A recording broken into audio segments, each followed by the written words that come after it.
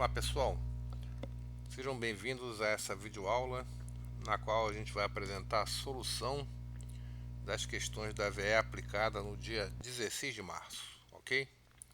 Muito bem, vamos analisar a questão 1 que tem como enunciado o seguinte: qual a faixa de valores possíveis para a relação E sobre G entre os módulos de elasticidade longitudinal e transversal de um material com comportamento elástico linear? Valor 1 ponto. Muito bem, a solução dessa questão é relativamente simples, né? A gente pode partir da fórmula conhecida entre as propriedades do material, que diz que G é igual a E dividido por 2, que multiplica 1 mais Poisson. Ok? A gente pode rearrumar os termos dessa relação, dessa fórmula, né? E ficar com E sobre G igual a 2 vezes 1 mais Poisson. Como se sabe que o Poisson varia entre 0 e meio, né? Para o Poisson igual a 0, esta relação vai valer 2. E para o Poisson igual a meio, essa relação vai valer 2 vezes 1,5 igual a 3. Portanto, a resposta correta é 2 menor ou igual a E sobre G menor ou igual a 3. Bom, na segunda questão, o enunciado diz o seguinte: para a estrutura da figura e submetida ao carregamento indicado, determinar em função de P, L, E e A as reações de apoio e o deslocamento do ponto de aplicação da carga, com valor igual a 2 pontos. Muito bem. Nesse caso, nós temos uma estrutura hiperestática, né? Do lado esquerdo nós temos uma barra de comprimento L e seção transversal 2A. Do lado direito, outra barra de comprimento L, mas com seção transversal igual a A. A carga concentrada P sendo aplicada no meio, né, na interseção entre as duas barras. E se a gente considerar como RE a reação do apoio esquerdo, RD a reação do apoio direito, né? Ambas no sentido negativo do eixo X, ou seja, ambas apontando para a esquerda.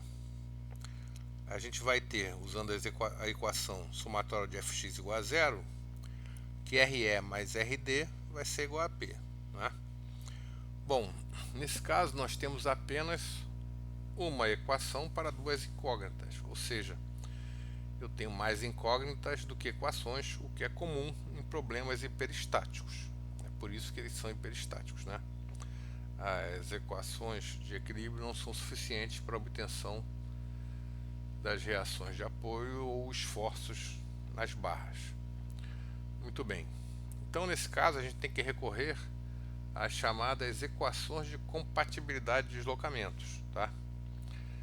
Bom, nesse caso, né, se a gente colocou as reações todas dirigidas para a esquerda, a gente verifica que a barra da esquerda ela vai estar submetida a uma atração igual a RE. Se eu pegar qualquer seção transversal dessa barra, ela está submetida a um esforço normal de tração igual a RE. Então ela vai ter um aumento do seu comprimento, né? Tá? Já a barra da direita, ela vai estar sob uma compressão igual a RD. Se eu fizer uma seção transversal dessa barra e olhar para o lado direito, eu verei que a barra está sob uma compressão igual a RD, né? Muito bem. Como o comprimento total é 2L, ele não pode variar, né?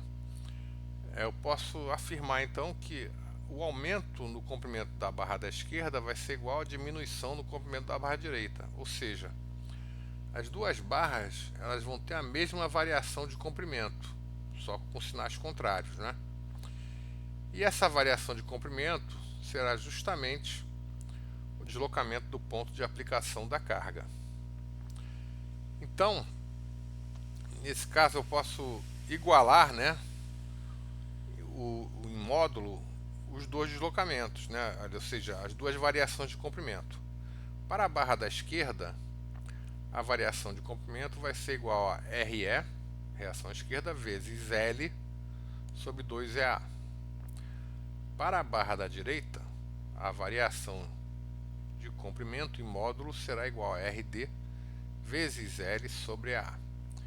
Igualando essas duas expressões, né, e cortando os termos comuns, L, E e A dos dois lados, me sobra a expressão que eu vou ter que RE é igual a 2 vezes RD, ou seja, a reação do lado esquerdo é o dobro da reação do lado direito.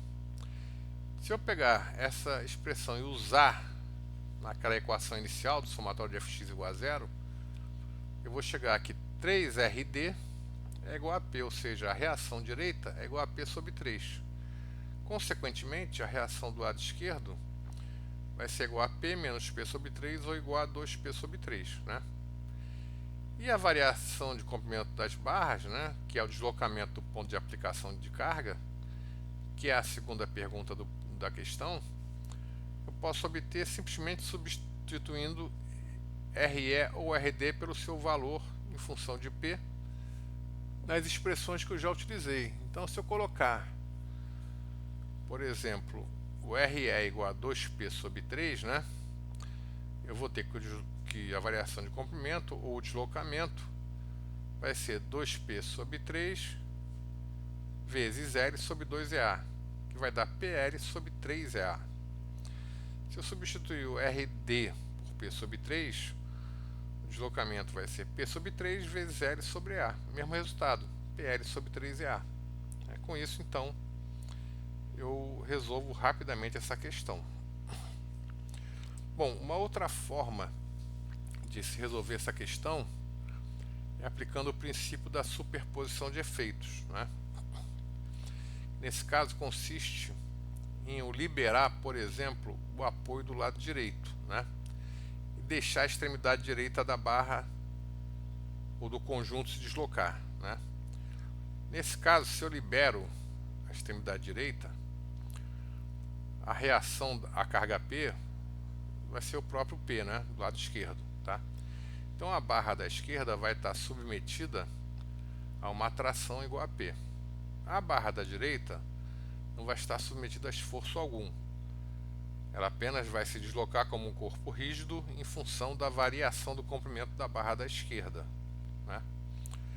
E a variação da barra da esquerda vai ser dada por PL sobre 2EA, fórmula que a gente já conhece, né? No caso, a área é o dobro de 2A, né? Muito bem. Nesse caso, né, aí eu teria que, para voltar à configuração inicial, aplicar uma carga na extremidade direita, né, de forma a fazer com que a extremidade direita volte à sua posição original, já que o deslocamento dela real é zero. E superpondo os efeitos, né, já que eu tinha uma carga zero, somando com essa carga da direita, essa carga da direita será a própria reação de apoio à direita, né? Então, ao aplicar essa fórmula, essa reação, desculpe, do lado direito, RD, ela vai gerar um deslocamento que é igual à soma da variação de comprimento das duas barras, já que as duas barras vão estar sobre uma compressão igual a RD. Então, essa variação de comprimento será o RD, que multiplica L sobre 2EA mais L sobre EA, que vai dar 3RD vezes L sobre 2EA. Igualando em módulo as duas expressões, né, eu chego que o RD é igual a P sobre 3. Tá? Usando novamente a questão que o somatório de fx é igual a zero, eu acho que o RE é igual a 2P sobre 3, mesma coisa. E para achar o deslocamento do ponto de aplicação da carga, é só calcular no final a variação de comprimento de qualquer uma das barras, né, nesse problema particular, tá? Como a gente fez no exercício anterior, né? Então, tá aí outra solução para esse problema, ok? Muito bem. A questão número 3 tem o seguinte enunciado, né? A figura a seguir representa uma face paralela ao plano XY do paralelepípedo elementar, definido em torno de um ponto interno a um elemento estrutural. Represente neste desenho, que é aquele quadradinho branco, né, as tensões σy igual a 200 MPa e tal xy igual a menos 85 MPa. Considerar que os eixos x e y são respectivamente os eixos horizontal e vertical, tradicionais, né? Com o valor de 2 pontos. Muito bem. Como nada foi dito sobre σx, a gente assume que σx é igual a zero, né? Se a tensão normal em x é zero. A tensão normal σy sendo igual a 200, positivo, né? Ela representa a tração, né? Então ela numa face superior, que é a face positiva de y, ela vai estar na direção positiva de y, né? E na face inferior, que é a face negativa, ela estará na direção negativa de y. Lembrando que negativo com negativo dá positivo, positivo com positivo dá positivo, segundo aquela convenção de sinais que foi explicada em sala de aula, né? Com relação ao tal xy, é bom lembrar, né, que pela simetria do tensor de tensões, tal xy e tal yx terão o mesmo valor, nesse caso igual a menos 85 MPa. Tá? Então, considerando inicialmente o tal xy, né, que é negativo, na face da direita, que é positiva, ele vai estar para baixo. Na face da esquerda, ou anterior, que é a face negativa, ele estará para cima, de maneira que positivo vezes negativo é negativo, né? Na face superior, que é positiva, já agora o tal yx, né, ele vai estar para a esquerda. E na face inferior, que é negativa, ele estará para a direita, né? E com isso, apenas aplicando a convenção de sinais ensinada em sala de aula, o aluno mata rapidamente essa questão. Muito bem. A questão 4, né, tem o seguinte enunciado. Para a treliça plana da figura e submetida ao carregamento indicado, determinar os esforços normais nas barras, as reações de apoio e a área mínima a ser adotada, igual para todas as barras, né? O valor de 3 pontos, considerar a tensão admissível de 250 MPa. Bom, aí é interessante logo de início observar que essa é uma treliça simétrica, né, e com carregamento simétrico, que vai gerar reações simétricas e esforços nas barras também simétricos, né? Ou seja, não precisarei calcular o esforço em todas as barras. Se eu calcular, por exemplo, o esforço na barra B, eu já vou estar calculando por simetria de FG. Ao calcular o esforço em AC, vou estar calculando também o esforço em EG e assim por diante, ok? Então, na realidade, a gente não precisa calcular de toda a treliça, né? Muito bem. Nesse caso, a gente só tem cargas verticais, que somam 40 kN, né?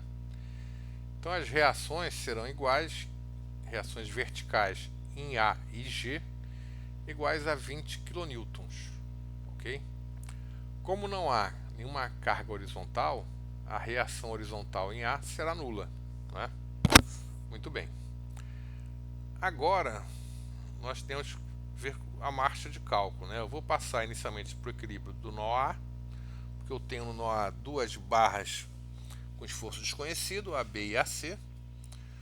Depois que eu resolver o nó A, eu vou para o nó B, que aí só terão desconhecidas as barras BC e BD.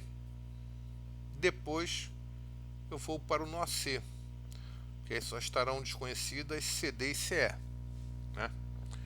Feito isso, eu já termino de calcular a treliça toda, considerando essa simetria, ok? Bom, quando a gente começa a analisar uma treliça dessas, uma estratégia é você arbitrar que todos os esforços são de tração, né? Esforços desconhecidos, tá? E se der negativo é porque são de compressão, né? Então, a gente começando pelo nó A, se eu arbitrar como tração na barra AB, né, a sua componente vertical, se eu fizer o somatório de Fy igual a zero, vai estar na direção positiva de Y, ok? Então vamos lá, né? Então inicialmente deve-se verificar que a treliça é simétrica e submetida apenas às cargas verticais, que também são simétricas, né? Sendo a carga vertical total de 40 kN e não havendo carga horizontal, as reações em A e em G são apenas verticais iguais a 20 kN. reação horizontal em A será nula. Analisando o equilíbrio do nó A e admitindo inicialmente, né, TAB de tração, com o somatório de FY igual a zero, a gente vai ter que TAB vezes 0,8, que é o cosseno daquele ângulo, né, mais 20 igual a zero, ou seja, o TAB igual a menos 25 kN de compressão, tá? Usando o somatório de Fx igual a zero, a gente teria que TAC menos TAB vezes 0,6 igual a zero, ou TAC igual a TAB vezes 0,6, ou 25 vezes 0,6, que é igual a 15 kN de tração. Então aí nós já achamos, né, os esforços em AB e AC. Como eu havia dito, né, o próximo passo é analisar o equilíbrio do nó B, admitindo inicialmente TBC de tração, né? Com o somatório de Fy igual a zero, a gente vai ter que TAB vezes 0,8 menos 5, que é a carga aplicada no nó, menos TBC vezes 0,8 igual a zero, ou seja, 25 vezes 0,8 menos 5 menos TBC vezes 0,8 igual a zero, ou 20 menos 5 menos TBC vezes 0,8 igual a zero, ou 15 menos TBC vezes 0,8 igual a zero, ou TBC igual a 15 sobre 0,8, que é igual a 18,75 kN de tração, ok? Nunca esqueça de que se a barra está sob tração, né, a barra traciona o nó traciona a barra, e a mesma coisa acontece quando a barra está sob compressão. A barra comprime o nó comprime a barra, e essas ações da barra sobre o nó, uma vez que já tenha sido determinado o valor correto do esforço, se é de tração ou compressão, aí nós já temos que colocar na direção definitiva ao analisar o equilíbrio dos nós, né? Ok? Então, por somatório de Fx igual a zero, temos arbitrando TBD em tração, né, que TAC vezes 0,6 mais TAB vezes 0,6 mais TBD igual a zero, ou que TBD será igual a menos 25 vezes 0,6 menos 18,75 vezes 0,6, ou seja, menos 26,25 kN de compressão, ok? Muito bem. Só verificando aí que na hora de fazer a conta, eu troquei a ordem, acho, do TAC e TAB, né?